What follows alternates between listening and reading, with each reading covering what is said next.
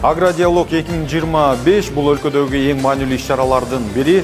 Өлкөдөгү өсүмдүк өстүрүүдөгү мал чарбасы жаатындагы мыктылардын мыктылары, чемпиондордун ысымдары мына дал ушул Агродиалог 2025 иш-чарасынын жүрүшүндө белгилүү болду. Алар жакшы жетишкендиктерге кандай жетишкен, ийгилик сырлары менен ортодо ушул иш-чаранын жүрүшүндө бөлүшүп берди. Биз дагы алар тууралуу кененирээк баяндап бермекчибиз.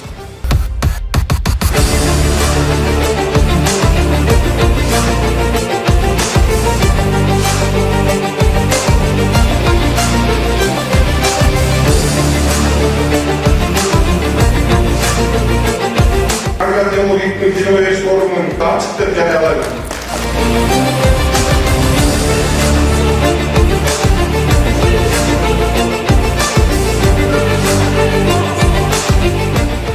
Кыргызстандын эгемендүү тарыхында алгачкы жолу өлкөнүн азык-түлүк коопсуздугун талыкпай камсыздап келген дыйкан фермерлерге бул ирет мамлекеттик деңгээлде сый урмат көрсөтүлүп, өз багыты боюнча мыктылардын мыктылары күн сайын ишине берилип кызмат кылган чемпиондор кызыл килем үстүндө басып, агро өнөр жай тармагынын жаңы барагын ачышты.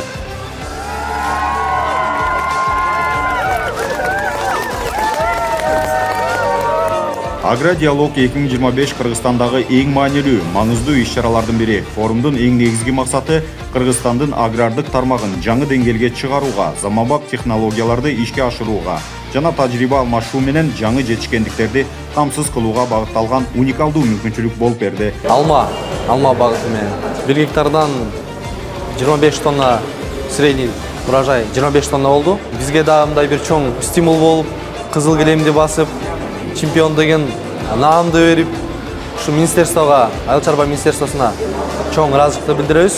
Кызылча менен 10 жылдан бери иштеп жүрөм. Эң төмөнкү түшүмүм меники 80 тоннадан түшө элек. Көргөнбүз мындай дейчи. Айыл чарбасы бар экенин билчүмүн. Бирок конкретно мындай элет жерлеринен ушундай өстүрүп аткандарды, мындай продукция чыгарып аткандарды көп изилдешчү эмес го дейм.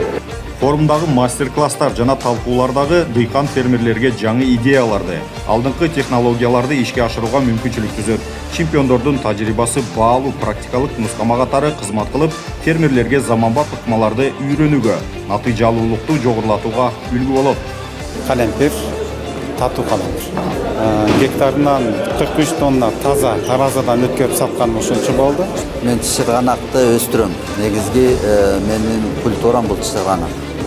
Анын көчөттөрүн ошол 6 айдан алып келип, 19 жыл ошону отургузуп, түшүмүн алып, переработка кылып азыр ошонун үстүндө иштеп атам.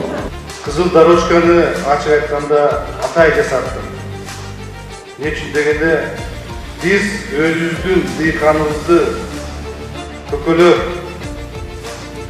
көтөрбөсөк, анда ким көтөрөт? Бул жерде мына отуруп алып, сиздер тажрыйба алмашып, ар бир чемпион өзүнүн оюн, тажрыйбасын, пикирин, жетишкендиктерди бүт айтып берди.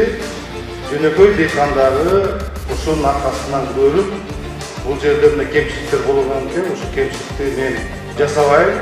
Бул жакта бир башкандык менен, башка жумуштар менен алып барсалар деп жыйынтык чыгарат. Өткөн 2024 жылы айыл чарбасы үчүн өлкө тарыхында эң жемиштүү жылдардын бири болду. Ал жетишкендиктер, ийгиликтер, жаңылануулар, дыйкан фермерлердин, жеке ишкерлердин, агро өнөр жай багытындагы ийгилик жаратып жаткан чемпиондордун талыкпаган эмгегинин натыйжасында ишке ашты. Мен ушу жылкы боюнча чемпион болдум.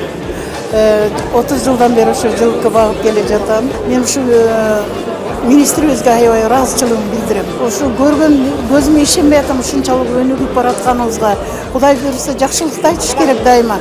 Биздин мамлекет өзү бардык шарттары жакшы. Только бизден мээнет гана кылыш керек, мээнет кылыш керек. Мээнет кылсак эле жетебиз биз. Бул жерге ошол кыргыз актыбозу боюнча чемпион болуп келди. Азыр 250 баш топоз бар. Кыргызстандагы жаңылык, анткени Кыргызстанда мындай болгон эмес. Рейне Кенчтен аңгыз породасын алып келип, ушу тапта көбөйтүп атабыз. Былтыр 40 торпак саттым, 40 000 доллар болду. Жакшы да, эң сон жакшы. $1000 доллардан очерет аябай көп. Бир раз алда көздө прогнозду жасоо мына ушул тажрыйба алмашууда негизделди. Мен эки нерсени белгилеп кетейин.